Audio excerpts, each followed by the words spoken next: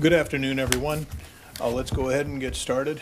Welcome to the briefing, the FY23 briefing for the Missile Defense Agency. To my left is the Director of the Missile Defense Agency, Vice Admiral Jon A. To his left is the Missile Defense Agency Comptroller, Ms. Dee Dee Martinez.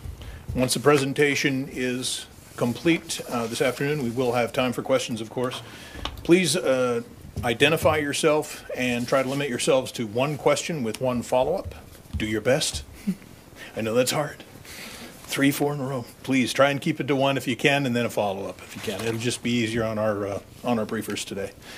And with that, I will turn it over to Vice Admiral Hill for his opening remarks, and we'll get started. Okay, great. Thanks, Mark. Good afternoon. Thanks for the time today. I'm really here to represent our team. We call ourselves a stellar team with a noble mission. You wake up every morning, and if you work for the Missile Defense Agency, you know exactly what you're focused on. And what we're focused on today is dealing with a very formidable and evolving threat. And so every penny that we're spending in the 23 budget is focused on how we deal with those threats across a multiple set of interesting scenarios. So we're going to talk to you about where those investment areas are, and I'm going to turn it over to our great comptroller, Ms. Dee Dee Martinez. Dee Dee. Thank you, Admiral. Good afternoon, everyone. I appreciate the opportunity to brief you today on the Missile Defense Agency's FY23 budget request. Next chart, please.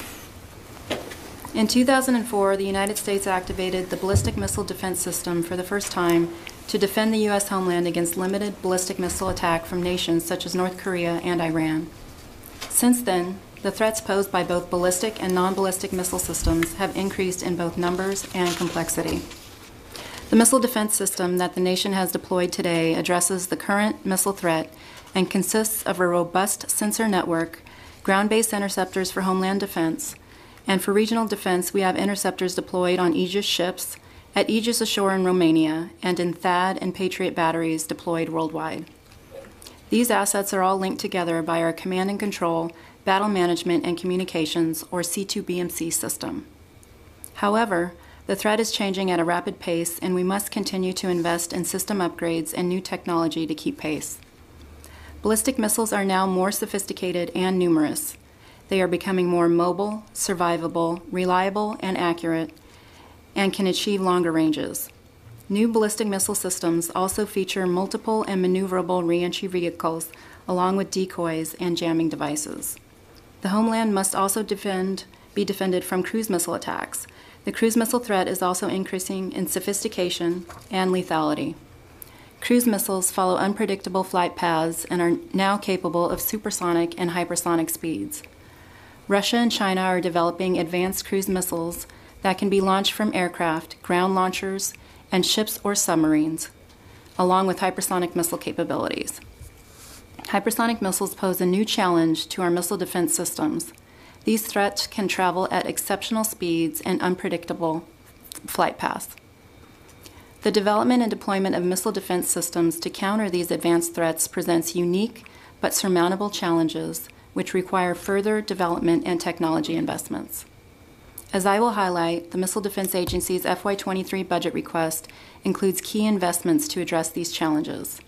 Next chart, please. The Missile Defense Agency mission is to develop and deploy a layered missile defense system to defend the United States, its deployed forces, allies, and friends from missile attacks in all phases of flight. As I've discussed, the need to invest in new capability development and advanced technologies to improve our missile defense systems is critical. We must also continue to operate and maintain our fielded systems to the highest level of system readiness and reliability, and continue to produce and field missile defense capacity, including delivery of additional interceptors and radars. The balance between current and future capability is required to meet warfighter demand, and our FY23 budget request reflects this commitment. Next chart, please. Our total request of $9.6 billion in FY23 strengthens and expands the deployment of defenses against increasingly capable missile threats. Of our request, $7.9 billion, or 82% of our budget, is for research and development efforts. This budget reflects the best balance of resources to priorities and program risk. Next chart, please. The next few charts will go over the details of our FY23 request, but first, here are a few of the highlights. As with every budget request, our FY23 request maintains the operations and readiness of deployed missile defense systems to include our sensor network, Homeland and Regional Interceptors, and C2BMC system. In FY23, we will launch 2 prototype hypersonic and ballistic tracking space sensors for on-orbit experimentations in conjunction with the U.S. Space Force and the Space Development Agency. We continue to fund 2 next-generation interceptor industry teams through the Critical Design Review. We awarded 2 contracts last year for this important Homeland Defense program, and development is ramping up in FY23. We also continue the GMD Service Life Extension Program for GBIs to increase system reliability prior to NGI fielding. I spoke earlier of the hypersonic threat, and this budget continues development of a regional hypersonic defense glide phase intercept capability to address that threat. We are continuing efforts to improve the defense of Guam against the full spectrum of advanced regional missile threats. This request also continues production and fielding of missile defense capability and production of additional SM-3 Block 1B and 2A missiles for the Navy and THAAD interceptors for the Army. The next set of charts will address some of the specific budget line items in our FY23 budget request. The charts are in order of the Missile Defense System battle sequence: detect, control, and engage. Next chart, please. MDA initiated the Hypersonic and Ballistic Tracking Space Sensor, or HBTSS, program in 2018 to address the requirement to detect and track hypersonic threats and ballistic missiles. MDA is collaborating with the U.S. Space Force and the Space Development Agency to deploy a system that will provide a rapid capability using mature technology and operate as an element within the larger Unified Overhead Persistent Infrared Enterprise architecture. The program will provide fire control quality tracking data on hypersonic threats for handover to missile defense sensors and engagement by missile defense weapons. The FY23 request for HBTSS is $89 million and will support the deployment of 2 satellites in FY23 with on-orbit experimentations to follow. The Space-Based Kill Assessment, or SCA sensors, were launched and an on-orbit checkout was completed in 2019. The SCA sensors have performed successfully during several recent MDA flight tests, further demonstrating the hit assessment capability to the warfighter. The SCA request is $27 million to continue integration of this capability into the MDS. We are developing, deploying, and sustaining ground-based radars to counter current and future missile threats, build warfighter confidence, and increase force structure. Our FY23 request includes $504 million to upgrade and sustain the 12 TPY-2 radars, with the 13th radar being procured with FY21 funds from Congress. $75 million for the Long Range Discrimination Radar, or LRDR, in Alaska. This advanced radar achieved initial fielding in December of 2021 and is a critical mid-course sensor that improves missile defense system threat discrimination capability and also allows for a more efficient use of the ground-based mid-course defense system. $165 million for the Sea-Based X-band Radar, or SBX, to provide precision mid-course tracking and threat discrimination to protect our homeland. Our FY23 request continues operations and support for this critical radar. $20 million to sustain and provide updates to the upgraded early warning radars, or UEWRs, and continue to sustain the Cobra Dane radar in partnership with the U.S. Air Force. C2BMC is the integrating element of our missile defense system. Our FY23 request of $569 million sustains the fielded C2BMC capability across 18 time zones, with hardened networks supporting all of the combatant commands. Our request also integrates new capabilities such as the recently fielded LRDR into the C2BMC system. Next chart, please. The Department is committed to improving U.S. homeland missile defenses. The Ground-Based Mid-Course Defense System, or GMD, serves as the continuously available homeland missile defense capability for defending against today's rogue state ballistic missile threats. The request for GMD is $2.8 billion. The request sustains and improves the performance, reliability, availability, and cybersecurity resiliency of the GMD weapon system throughout the FYDP. The request upgrades Homeland Defense System capabilities, including ground-based interceptors, ground systems, and phased array GBI communication terminal kits, and improves components of the agency's GMD system, including GBIs, fire control nodes, communication systems, launch systems, and infrastructure to pace rogue nation threats to the homeland, and initiates ground weapon system capability improvements to integrate NGI. The request continues funding for 2 NGI industry teams through the critical design review. This plan reduces technical risk in meeting common requirements and advanced threats, secures competitive production pricing, and creates incentives for early delivery to the warfighter, which is one of their top priorities. The NGI development will provide a more capable, robust, all-up-round solution to meet the emerging threat, improve system survivability, and increase performance against projected threats from rogue states.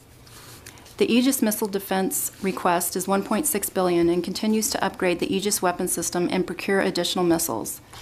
47 Aegis SM-3 Block 1B missiles and 10 SM-3 Block 2A missiles will be procured for deployment on land at the 2 Aegis Ashore sites in Europe and at sea on multi-mission capable Aegis ships. Our request continues the multi-year procurement for the SM-3 Block 1B missile. We will continue to develop and implement Aegis weapon system upgrades to support the Navy's newest destroyers with the new Spy-6 radar, as well as upgrade sensors on the older ships in the Aegis fleet. The THAAD weapon system is a globally transportable, ground-based missile defense system which is highly effective against short-range, medium-range, and intermediate-range threats. As you know, the UAE has acquired THAAD batteries through foreign military sales and recently had the first successful combat engagements of the system. The FY23 THAAD request is $422 million. In FY23, we will procure 3 THAAD interceptors while increasing obsolescence and stockpile reliability to extend in-service interceptor life. We will also continue development and integration of multiple THAAD software builds to improve readiness, reliability and availability, and enhance capability against global operational threats, address the evolving threat, improve the warfighter's defense planning, and improve system capability. Our FY23 budget request includes funding to continue testing of THAAD and Patriot interoperability to improve the overall missile defense capability and increase the defended area. FTT-25 is a key FY23 test of this capability. Current forces are capable of defending Guam against today's North Korean ballistic missile threats. However, the regional threat to Guam, including from China, continues to rapidly evolve. At the request of INDOPACOM, the FY22 budget included funds to begin system architecture work and procurement for enhanced defense of Guam. The architecture has now been finalized and includes a combination of integrated MDA, Army, and Navy components.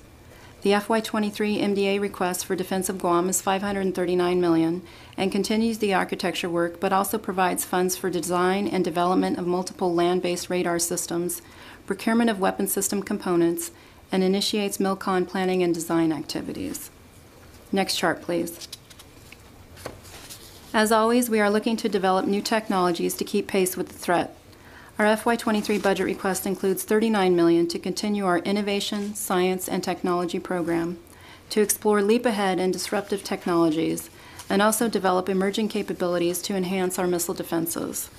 We are requesting $563 million for systems engineering to continue to provide critical products and processes needed to combine element missile defense capabilities into a single, integrated, and layered system. Testing is a critical aspect of the Missile Defense Agency mission. Validating system performance through flight and ground test is paramount to building warfighter confidence in our system. To that end, our FY23 request includes $361 million for flight, ground, and cybersecurity testing, and $560 million for development of threat representative targets used during testing. FY23 test highlights include FTG-12, a GMD test of a GBI in 2-stage mode, and a THAAD Patriot MSE interoperability test, FTT-25. We are continuing to develop and deliver a regional hypersonic defense capability to the warfighter. We are developing a glide phase intercept capability for future demonstration, leveraging our existing missile defense systems. The request for hypersonic defense is $225 million. Our FY23 request includes $11 million to continue to develop the systems architecture and to conduct a demonstration for cruise missile defense capabilities using the Joint Tactical Integrated Fire Control capability. This is in response to U.S. NORTHCOM's requirements for cruise missile defense of the homeland. MDA and the Israel Missile Defense Organization continue to cooperate on engineering, development, co-production, testing, and fielding of the Israeli missile defense systems. The FY23 request of $500 million remains consistent with the Memorandum of Understanding between the United States and Israel. Next chart, please. In summary, we are requesting $9.6 billion in FY23. Our request aligns with department priorities to defend the homeland and deter attacks. This budget will continue to increase the readiness, capability, and capacity of fielded homeland and regional missile defense systems. It also invests in advanced technology and development to counter the expanding threat.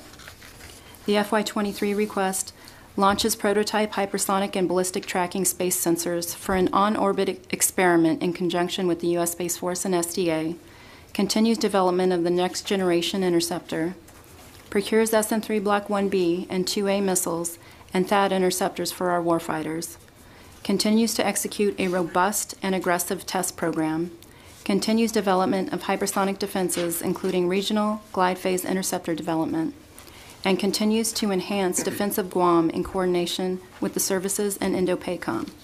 Thank you. The Admiral and I will now take a few questions. The Guam architecture, you said Army and Navy elements. Can you say if that includes Aegis Ashore, or what elements there are? But if it does include Aegis Ashore, who would be manning it, the Navy or the Army?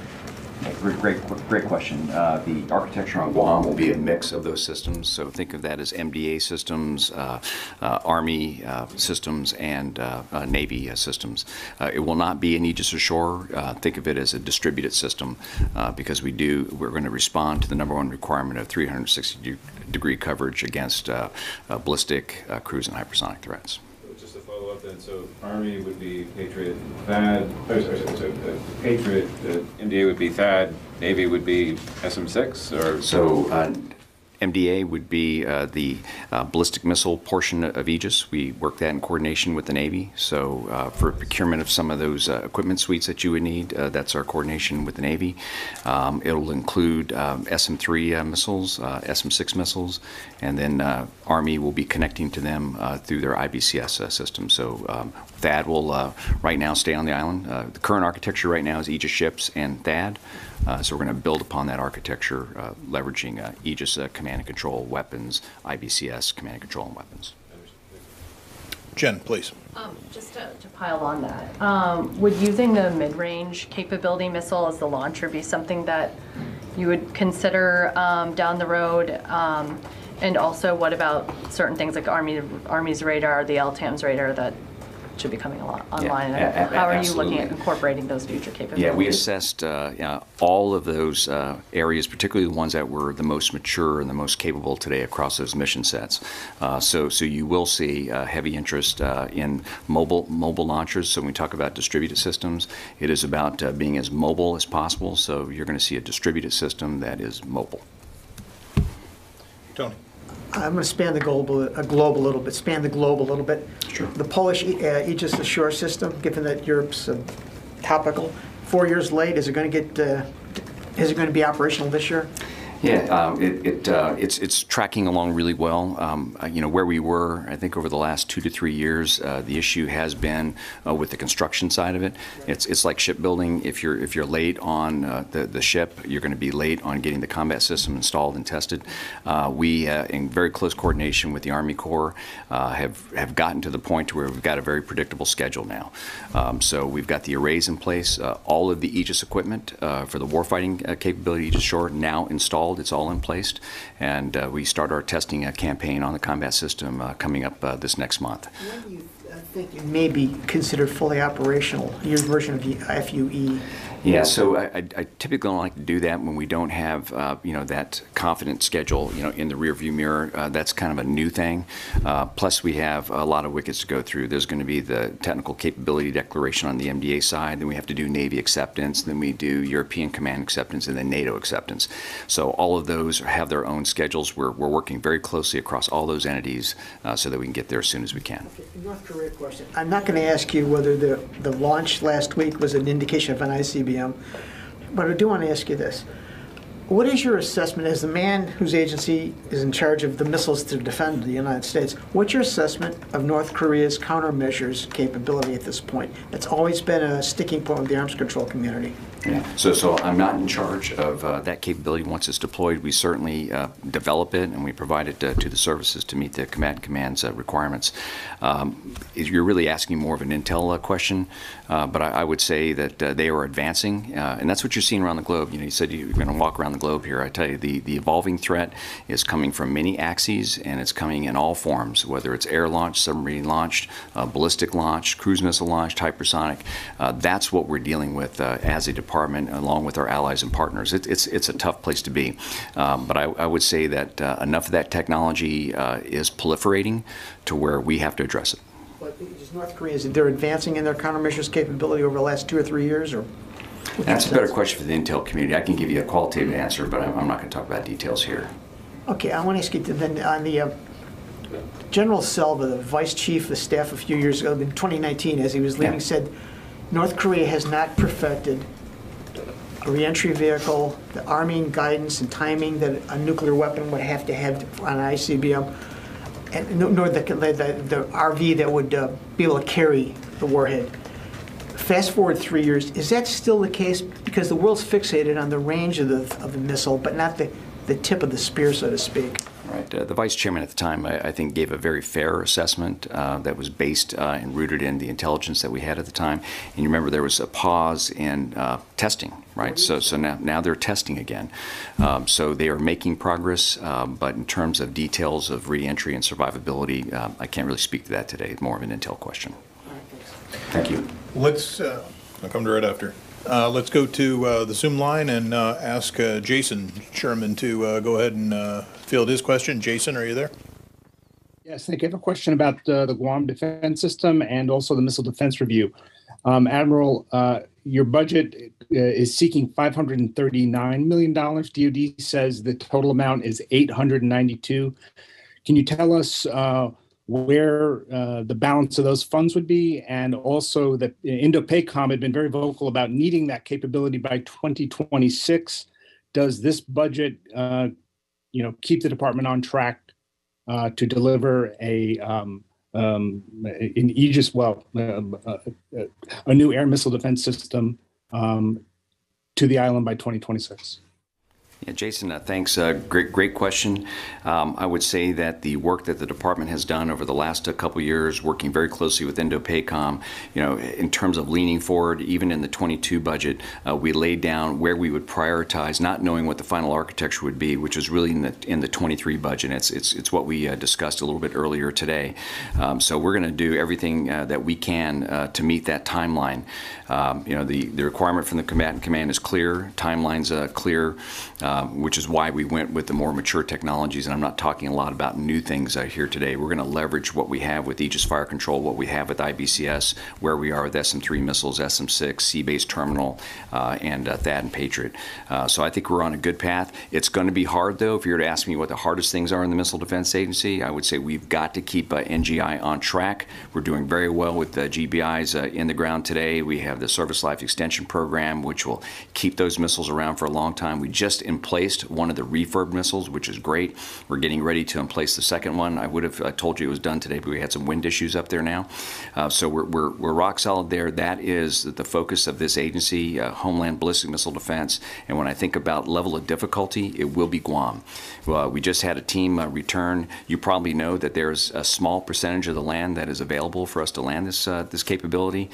So we're going to stay very close to the Joint Regional Command there for land allocations and siting. testing. And when you think about mobility, that means a lot of gear going onto the land. And so right now it's just moving as fast as we can with the most mature technology, prioritize those things that we need to buy now, prioritize those engineering studies to integrate and pull them together, and we're gonna get pretty doggone close to that timeline. But I will know more once we finish the work that we have to do on the architecture and the actual footprint and where things are going to go. So that is work that's in front of us, and so I can't say date certain we're going to hit that timeline, but I can say we're pointing to it, and we've got everything aligned to get there. Thank you, Jason. Yes, ma'am, go ahead. Congratulations with Breaking Defense. Thank you for doing this, sir. My question is on HBTSS, and you're showing that you're going to launch in the second quarter of FY23 the 2 prototypes. Can you talk a little bit about what happens then, like when a decision is made and who is the Space Force going to operate these, and so what's the timeline for making a decision about whether you go forward with an actual program? Yeah, Teresa, thank you. I'll spell out the acronym first, though, so we understand what we're talking about here. Hypersonic Ballistic Tracking Space Sensor. So it is a sensor that we're in close coordination with Space Development Agency and the Space Force to work it into their overall OPIR enterprise. So that will be the big decision for us after 23. We're going to have data available in 23, just like many of the other systems that were discussed today, and then the decisions will be made to go forward to proliferate. Right now, going to 23 is taking what we've done on the ground. We really worked hard to de-risk the program. So you probably heard me talk about some of the ground testing we have done where we have pulled the hot targets off of the warm earth, and that is not easy. But the companies have performed very well, and we're going to take them into space, into that environment, and we're going to pull that data down. We're going to put it in the fire control loop, and if we prove to ourselves that this is worth doing, then we'll proliferate. But that will be done as part of the larger OPIR enterprise. And that'll be done then at the end of 23? That timeline's pretty decent for what we can assume. But yeah, we should have data coming down, in the summer of 23 or so, and we'll be able to help the Space Force make decisions. And to answer your first question, the Space Force will operate the system. Thank you. Yes, ma'am. Thank you. Yes, ma'am. Thank you. I'm Jenny Bag with the U.S. Journal Korea. Currently, 28,000 U.S. troops in South Korea. If withdraw or increase of U.S. troops in South Korea, has any defense budget changed for 23 years? Great question, and I wish I could answer it. I don't really know about troop withdrawal and any offsets in the budget. It has no impact on what we're doing as a development agency of capability. Thank you. Yes, sir. Andrew Robertson with Breaking Defense. Thanks for doing this. Thank you. Your FY23 MILCON budget request is $47 million, and then your FY24 is $501. What investment are you making there that accounts for that $450 million increase? Yeah, that would be the MILCON for Guam. Is that right, Dee? Actually, I believe it's the ground test facility infrastructure project as well as Guam. Okay. Thanks. All right, so one of the things we're doing to ensure we can do end-to-end testing, and this is hard. I grew up in the world where we all wanted to do high-speed end-to-end testing, meaning that you've got a good characterization of the environment, good digital characterization of the radar, characterization of the combat control, characterization of the weapon, and have it all as a string to where we can do thousands of runs and test the full requirement space. In the world that we live in today, where we're sneaker netting, data between different systems that are located around. We're trying to co-locate everything, and that's what that's about. Thank you, Dee Dee. Please. Sure. Just on the Guam architecture again, how does the architecture deal with the issue of cruise missiles, say like a swarm attack by CJ-20s? Right, great question. That's one of the reasons why we have a heavy leverage on IBCS. They bring in cruise missile capability, and then we have the way we're going to disperse for our detection capability and our networking is how we're going to deal with that. On the interceptor side, though, is there any particular ones that's useful for that? So Patriot's got a fabulous capability for that, and that's our first focus area, and we have the ability within Aegis to enable that. But right now, we are doing ballistic missile hypersonic on the Aegis part of that overall integrated architecture, and then the cruise missile piece will be with the Army systems. Tony? Could you talk a little bit about the operational impact if you successfully can demonstrate THAAD, Patriot, MSE integration? You've done a couple tests. I think you had one going on. What's the operational impact to like the U.S. forces in Korea, South Korean forces, if this plays out? Yeah, I'm really excited about this one. I would say it's more interoperability, but it does require you to integrate those systems. So, for instance, the current test campaign that we're in now allows the THAAD battery to control a Patriot launcher. What that provides the combatant command is flexibility, right? So the first test we did was to separate the launchers, right? So what we want to do is to give flexibility again, right? Where you place your launchers really matters, right? So if you need to worry about ports to the south, then you have the ability to do that. If you want to move the THAAD battery back, and you know, I'll be careful on getting in front of the combatant command what they will do. It just gives them that flexibility, the ability to control a Patriot missile using a THAAD radar, more flexibility. So that's really what we're doing, and it's based on very discrete requirements coming from Indo-PACOM. Again, in layman's language, the radar can see much farther instead of discrimination. Absolutely, and you can take advantage of the kinematics of the Patriot MSE missile. That's what it allows you to do. No, well, I got you here. Can you preview FTG-12, this two-stage selectable GBI test?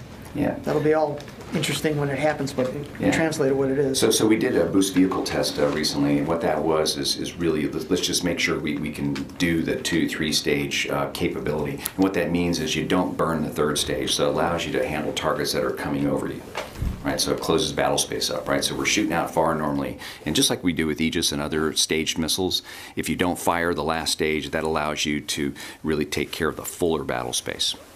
The ones coming closer to the United States, or the ones you can get farther out? Right. It gives you a really more of a shoot capability as they come in. So you shoot them far, then you shoot them in closer, and by controlling the staging and the burn, you can shoot those ones that are closer. Okay, thanks. Yeah, help shoot leakers. Jen, please. Just to follow up on the Aegis Ashore system in Poland, I know that it was somewhat over budget in previous budget briefings. How over budget has the Aegis Ashore system gotten in this process in Poland? Dee, what's the number in 23? So in 23, we have $30 million in procurement for, this is all of Aegis Ashore to include Romania and the test site at PMRF. 30 million procurement and 28 million for RDT&E, so 58 million in total. Yeah, so that's, and so some portion of that is Poland. We can break that out for you in another venue. Get a sense of, what was predicted before all of this, right. Where we are now. It is very frustrating, but I tell you, the partnership with the Army Corps has been great, and with the team that's out there doing that construction, again, we're on a predictable schedule now. All the equipment's in place. We start robust testing here in April, and we're really excited about that. I was pretty stoked when we got the arrays in place because that was a forcing function on construction. But now that we have the equipment in place, the sailors are on board now because we completed the water supply building. So you've got the operational team there, you've got the security team there. It's about going to testing now with operators on console. So that's a great place to be. Okay. And just to follow up, because I get a follow-up question. What's the timing for the glide phase interceptor for hypersonic defense? I know that you said that it was a little bit in limbo, as we head into this budgeting process. But can you provide any more fidelity on that? Yeah, I thought long and hard about how you give a range of time, that's in the future, particularly when you're where we are in GPI, which is we have 3, and we've taken a other transaction authority approach so that we can bring in the best of what industry has to offer. So we're evaluating those proposals now. So I'm not ready to say, what the end state will look like or what that end game will look like. We know we can move quickly. We know the propulsion capability to get there is just operating in a different environment. So it's all about the front end. And so we have to do more work. We're not even at a system requirements review yet. So, stating a date certain is really hard at this point. But we can move quickly once we finish our evaluation and get into the formal development. Tony, you got a follow-up? On the Polish site, the John Wood Company, the United Kingdom group that was doing it, right. They hadn't been paid. They weren't, as of like last year, they hadn't been paid for quite a while because of their work was less than optimal. Can you check, and I don't expect you to know this, but can you check to see whether you've resumed payments to the company? We have started to. That was part of when I say this great coordination with the Army Corps is that we've been able to use some of those funds to stimulate and keep the company moving. So by the way, their work has always been high quality, right? So we're very satisfied with that, and that's a good thing. It was just running slow because there's just a lot of complexity with a fully automated system like that, and that's what we're coming through now. So again, when we go into testing here in April, that's a very positive sign because typically when you get to an Aegis light off on a ship, you are in the end game, and so we're there. Are you concerned the Russians are going to misinterpret this? Remember, this is for Iranian Sure. missiles, but it's always, given the environment now, is your messaging going to have to ratchet up to reinforce what this thing is supposed to stop? Yeah, so it's really policy and EUCOM messaging. I know exactly what the technical capability is, and I think a lot of the statements that are made are just there to get folks spun up. I mean, you know what the capability of SM3 Block 2A is. It is not meant to go after strategic capabilities like Russia would bring. Yes, sir. Thank you. Louis, please. Sir, Secretary Austin recently postponed an ICBM Minuteman III test because he didn't want any miscalculations on the part of the Russians. I mean, have you received any guidance that any future testing that you may do this year, I don't know if you have anything scheduled, but would that, if this drags on, could it impact your testing, given, Yeah, so it's a broad question. It has in the past. All right, so what we do is we make sure we're coordinating very closely with the combatant command in that region where we happen to be doing our testing. I make sure I run that right up to the National Military Command, and we're doing the same thing with the current test campaign that we're in right now, particularly the political military side. It is fair for the Secretary of Defense to make those sorts of decisions because of the world that we live in, and so we're open to that. And so part of our test planning includes over-communicating on what we're doing, and I'm not the expert on saying if it's going to have a policy impact or if it's going to have some concern around the globe. So if I'm told to back off or delay or change, we will do that. It's just a normal part of doing this business. I've been doing it for a long time, and sometimes we have to be concerned about political military concerns all the time. And so if we have to adjust, we'll adjust.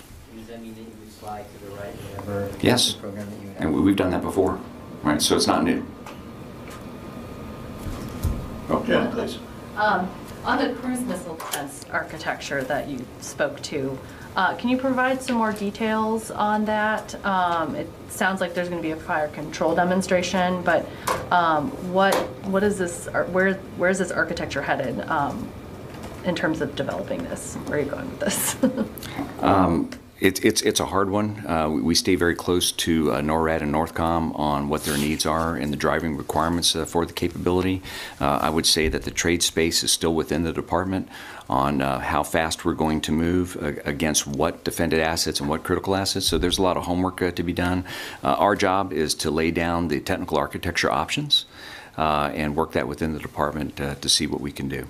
It is a real threat. If you talk to General Van Herk, he is concerned about it. We stay very close to him, and of course we're working that through the department. You'll see dollars in our budget to continue to work the architecture and those options. That's why the dollars are in the 23 budget. That's for the capital area here. This is the Washington, D.C. area. It's a broader threat problem for the United States writ large, and so that's what we're looking at. We're looking at the bigger problem. Then you have to kind of narrow that down to what the sites would be, and then we go from there. But we're going to do a demonstration, for some small area, and so that's where we'll go. We are defended today in the National Capital Region with the capabilities that we have. It's about the evolving threat, as it always is, and we want to make sure that we're ready for that. Thank you. Yes, sir. And we're going to go to the back to Zoom line, and Jason Sherman, you have the honor of having the last question of the evening. Please go ahead. Admiral, I wonder if you could say if you see the Guam system as a one-off, whether it's, or there's potential around the corner for that to be used in other parts of the world. And I had a question also earlier about the Missile Defense Review. Can you say how this budget you're proposing changes course in any way from what you had been doing, the department had been doing up till now, as a result of the Missile Defense Review? I don't see anything about layered homeland defense. It seems to be gone. Any other initiatives taken on or jettisoned in this budget as a result of the Defense Review? Thank you. Jason, thanks. Well, you know, the Missile Defense Review hasn't been released yet, so I can't really speak to it. It's more of a policy document anyways. It's not, I mean, I participate in the crafting of it, but in the end, it'll be policy in the department that releases that review. I don't see any big swings. It's still always about integrated deterrence and having a credible defense as a part of that. So I'm not seeing any big swings there. Now, to answer your Guam question about it being a one-off, absolutely not. I think that what we do on Guam will inform what we do for cruise missile defense of the homeland, for example. We are using existing sensor technology. We're going to tie in through command and control battle management into space assets and other sensing capability to have our fuse track there, so that we're going to be using different launching systems and different missile capability that exists today that are in a constant state of evolution. So I think we're going to deliver a really great capability on Guam, and absolutely it will be extensible. It's not a one-off. What makes it may feel like that is if you've ever been on Guam, the topology of the island, and Mark loves it when I use big words like topology, it is a tough place. So, you know, an Aegis Ashore site is limited in what it can do because of the rise and the fall of the hills. And, you know, you've got radar, it's not a flat Earth, and it's certainly not flat on Guam. So we've done some really incredible work and analysis over the last couple of years, and by dispersing the systems and making sure everything's networked, we're going to do something great there, and it will be extensible to other areas as the department needs it to be. And that brings us to the end of our time for today, guys. Thank you all so much for sticking around so late and for your interest in missile defense. Thanks again, and have a great night. Admiral?